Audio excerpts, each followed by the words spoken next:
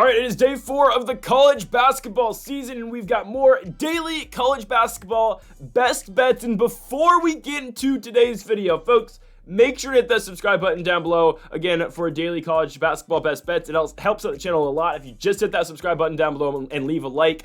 Before we get into the picks, oh my goodness.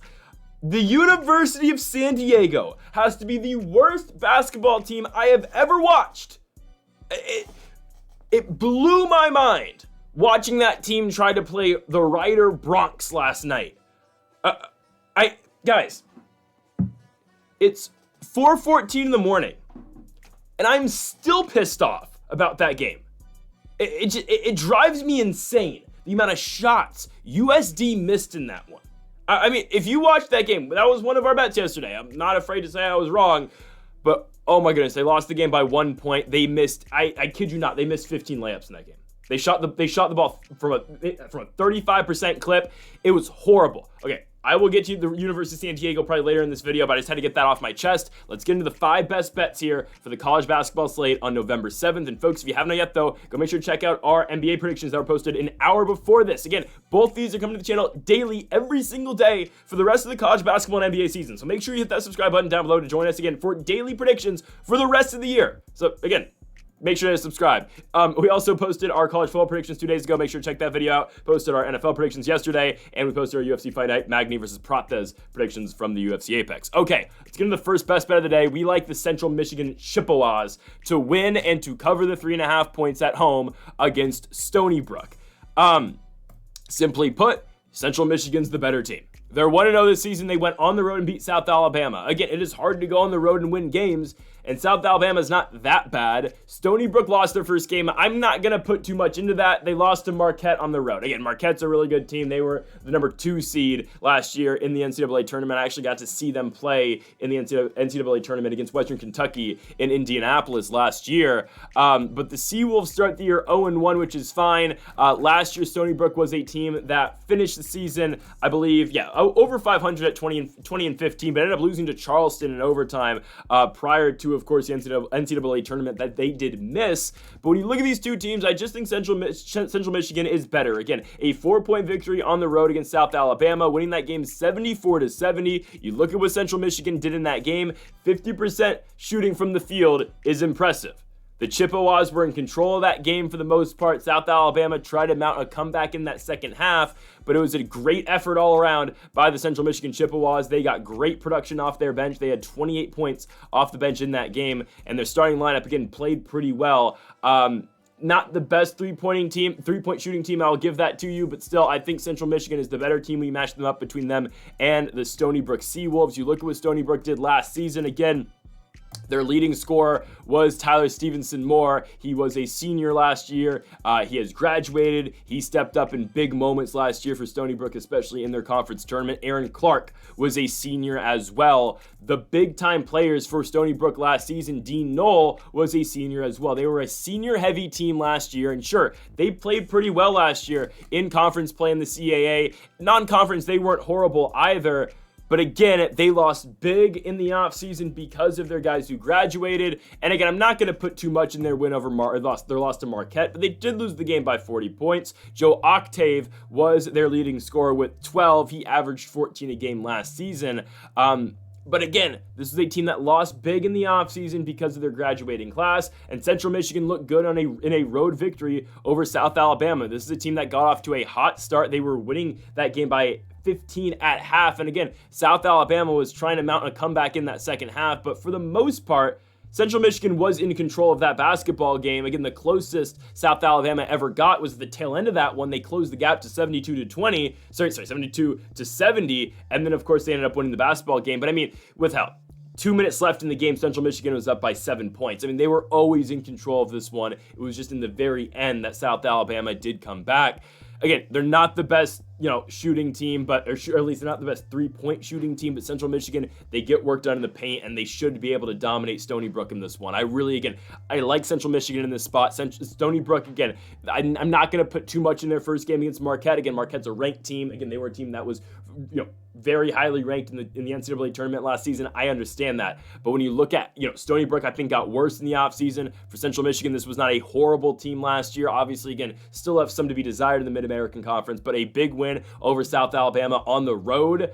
I'm willing to put some weight into that, man. I really am. They get a lot of production off their bench. I like Central Michigan. I like the Chippewas to go on the road and beat Stony Brook after their win over South Alabama. Next up, we go to our second best bet. We have got Bucknell winning on the road, and we like them to go to Evansville and beat the Southern Indiana Screaming Eagles. Now, real quick, before we get into this prediction, I do want to mention that, I think, again, I mentioned this yesterday, but I'm going to mention it again. Later on in the college basketball season, these videos will be longer, and there will probably be 10 best bets a day. Right now, again, though, early season, hell, half the games in the college basketball slate don't have lines because you're getting games like, example, Indiana State versus Eureka, right?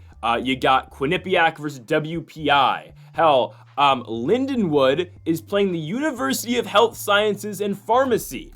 You've got McNeese, who we successfully picked against the opening night, losing as minus 400 favorites against South Dakota State. Just want to, pat myself on the back there. But they're playing the College of Biblical Studies. You got Portland State playing Evergreen State. You've got Mississippi Valley State's playing the Mississippi University for Women. What? Wait, hold on. I swear, this was not, planned. How do they have a basketball team? Wait, what? Quick history lesson. I was not planning on going here today, but real quick. Quick history lesson. The Mississippi University of Women used to be called Industrial Institute and College for the Education of White Girls of Mississippi from 1884 to 1920. Then they made the change to the Mississippi State College for Women. What? Oh, no, men have been admitted to the college since 1982 and now have made up 20% of the student body. I'm so confused. They're a D3 school? How are they playing? What? How did a D3 school get to play Mississippi Valley State in all fairness? The Delta Devils are a D3 team. I saw them play last year in person at Santa Clara. They were horrible. They started the year 0-28. But I'm so confused. What? Dog, no offense to anyone who goes to school, but if you're a man, you go to Mississippi, I'm not even gonna get there. I'm just saying, isn't that weird to say, yeah, I go to the Mississippi University, if I went to the Mississippi University for Women, and I said, yeah, but I don't know. It's just kind of, regardless, we need to move on. That just caught me off guard. Again, later on in the year, we'll have, 10 predictions per video just because, or 10 best bets per video, because then I'll know more about these teams. So right now, you've got literally Mississippi Valley State's playing a D3 school today, and there's no lines for that, obviously. Okay, let's get on to our pick. Bucknell versus Southern Indiana. Sorry for my little rant there, but that legitimately just caught me off guard. We're taking Bucknell, okay? They're coming out the Patriot League. They won their last game on the road against the Delaware Blue Hens. You look at Southern Indiana, they played DePaul really close, which is honestly very shocking. I was very surprised.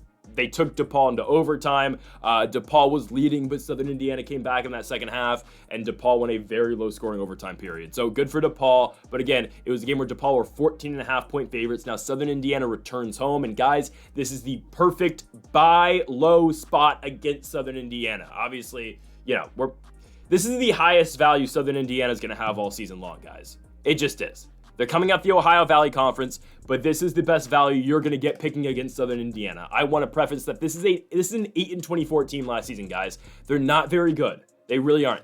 These two teams played last season, and Bucknell won the game 67 to 56.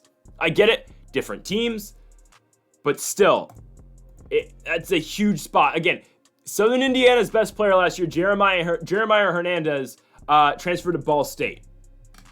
He was leading their team in points all season long. In last year's Bucknell versus Southern Indiana game, he wasn't the leading scorer, but Hernandez had games where he dropped 30 points a night, right? You take that away from Southern Indiana, I get it. They played DePaul competitively. Great. We're gonna buy low on their opponents here. Stephen Olowiani had 23 points in that game against DePaul. Again, great for the sophomore, But Bucknell's a team, and I get it. The Patriot League is not the best. Trust me. I watched a lot of Patriot League basketball because they'd be the first league to come on last year. I got stuck watching a lot of Army basketball games. I remember watching Army versus Bucknell on a Sunday afternoon in February. It was ridiculous. It made me question what I was doing with my life sometimes. But I'm very familiar with Bucknell, with American, with Holy Cross, Army, Lee, like these schools, Navy. Like, these are schools in the Patriot Conference that. They don't play high-scoring basketball. Don't get me wrong. They usually play good defense and just win low-scoring games, but that's conference play. Bucknell's coming off an 85-73 victory over Delaware, and they were led by the 19 points they got out of their junior center from Latvia, Noah Williamson. He's 7 feet tall. He plays forward for this team, scored 19, so plays center for this team, scored 19 in their last outing against Delaware, and Bucknell looked good in that game. They shot the ball 52% from three in that game. Insane. And it's not like they just took a couple threes. No, they went 10 for 19 shooting the football. Football, my goodness. Shooting the basketball. I would expect Bucknell to do the same exact thing. Again, I think Southern Indiana is getting too much love here. I get it. The game is going to be in, get this, the Screaming Eagles Arena in Evansville, Indiana.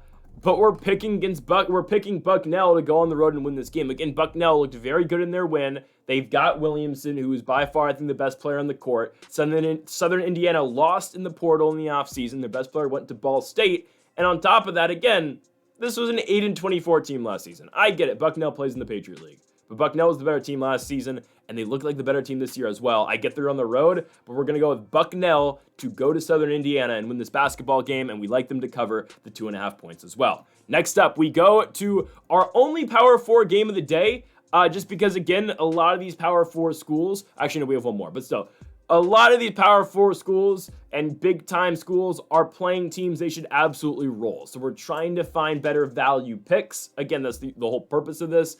But we've got Wisconsin versus Montana State, and I feel like there's really good value on this one. I feel like Wisconsin should absolutely roll Montana State in this one. And we picked a big school, a Big Ten school yesterday. We picked Rutgers to cover the 21.5 points, and they did do that fairly easily. Was it 21.5? It was a big margin, a big spread, and they did cover it pretty easily. And we're going to trust that Wisconsin's able to do that against Montana State. This is Montana State's first game. Wisconsin's already played, and they beat the crap out of Holy Cross 85-61. And we only need them to win this game by 17 points. Now I get it. Wisconsin lost their two leading scorers last season. They lost A.J. Storr to Kansas, and they lost Chucky Hepburn to, I believe, Louisville. Now, I watched Wisconsin play last year in person. I have a personal gripe against Wisconsin. I do. Just because, I would go to every Indiana basketball game last season and football game for that matter, too. And I'd usually bet against Indiana. Well, the only team that lost in both football and basketball were the Wisconsin Badgers. Now, the Wisconsin-Indiana game was really weird last year. Someone pulled the fire alarm, and we had to evacuate Assembly Hall and come back in 20 minutes later. It was really odd. But what Wisconsin was able to do in that second half against Holy Cross kind of shows what they are capable of. First half, not impressive at all. They were down at the end of the first half. Holy Cross was up 36-35, but what does Wisconsin do in the second half? They outscore them 50-25. Again, no Chucky Hepburn, no A.J. Storr. That's rough. They returned some stars, obviously, with Kroll and whatnot. Obviously, their leading scorer in their game against Holy Cross was John Tone. Could be butchering that. He was a guy that was at Wisconsin last year, if I'm not mistaken. I believe he was at Wisconsin. No, he was a Mizzou guy by way of Colorado State. Now getting a chance to play and start for Wisconsin, look good in their first ball game. For Montana State, again, they haven't played yet this season, but this was a team that was in the NCAA tournament last year. They lost in the first 4 to Grambling State. This was a team in Montana State that started that game extremely well. And as that game progressed, they just could not hit shots to save their lives. They got pushed into overtime, and Grambling State ended up outscoring them 16-9 in the OT period. And obviously, Grambling ended up winning the game. Montana State was one of the worst teams in the tournament last season. They went 17-17.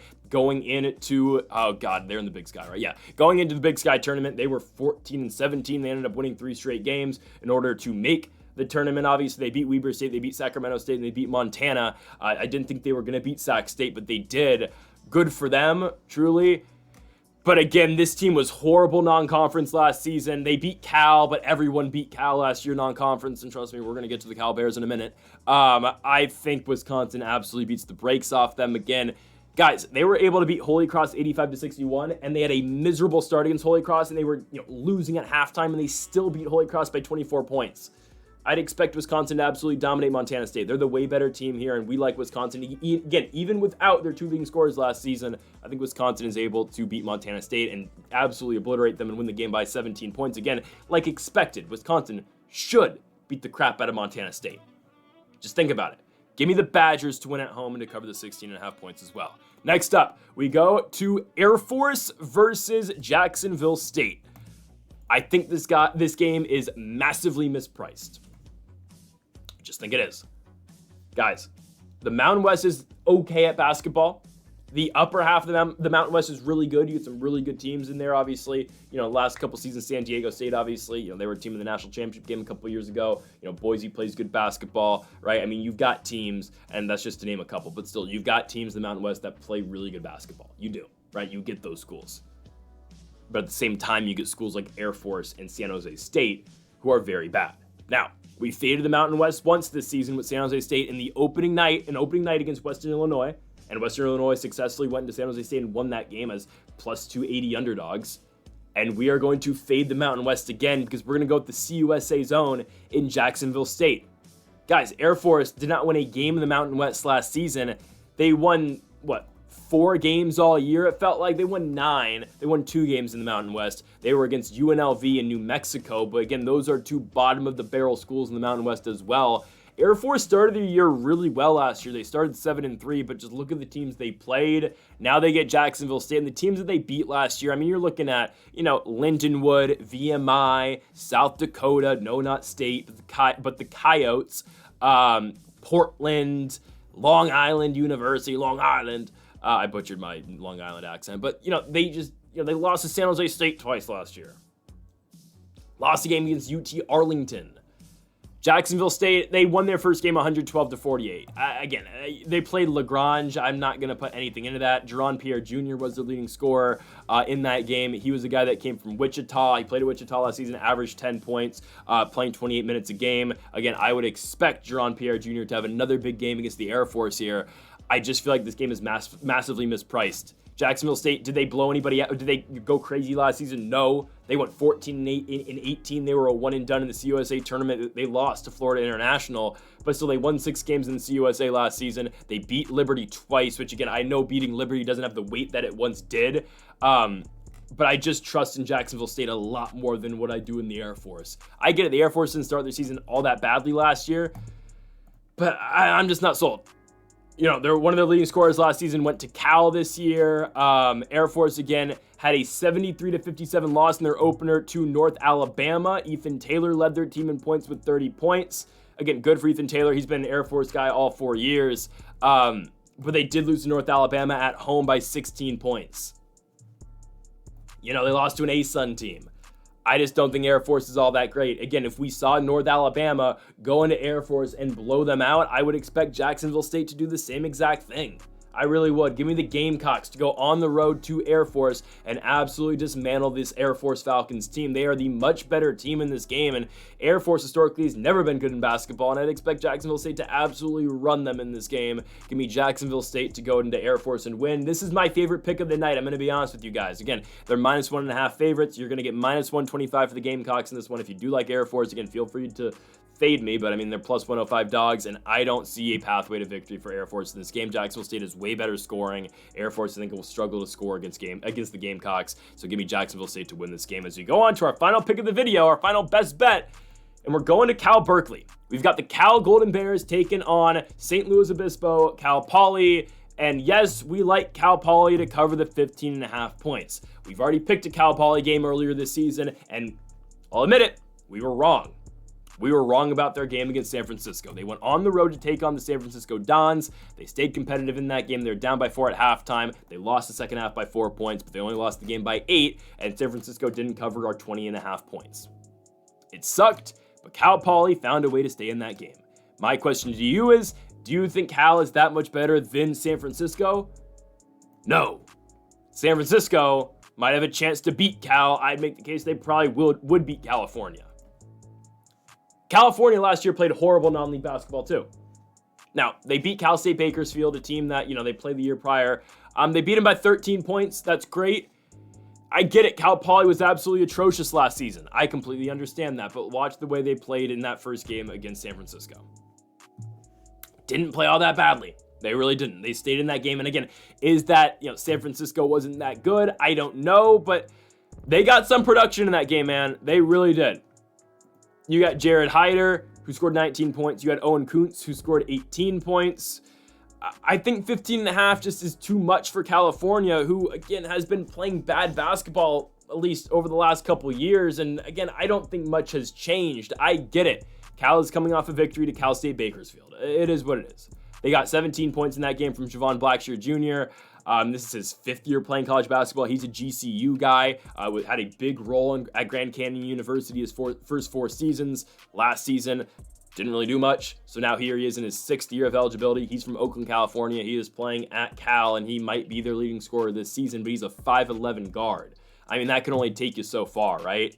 They've also got, what's his name? It's Stojakovic, right? Yeah. They've got Stojakovic as well, who is their I think he's their shooting guard. It is what it is. He's a sophomore, right? He averaged 16 points a game last season for Stanford. Now he's at Cal. I like Cal Poly in this game. I don't think St. Louis Obispo, the Mustangs, I don't think they're going to win the game, but I do think they keep it competitive. 15.5 points just feels like too much for me. Again, especially because of the way they were able to fight against San Francisco. And again, is this a spot where we're buying in, we're falling into the trap here of the Cal Poly Mustangs? Potentially. Again, they were one of the worst teams in college basketball last season. But I just don't think Cal's all that great. And I don't think Cal's that much better than San Francisco. Again, it could potentially just be an off night for the San Francisco Dons. I completely get that.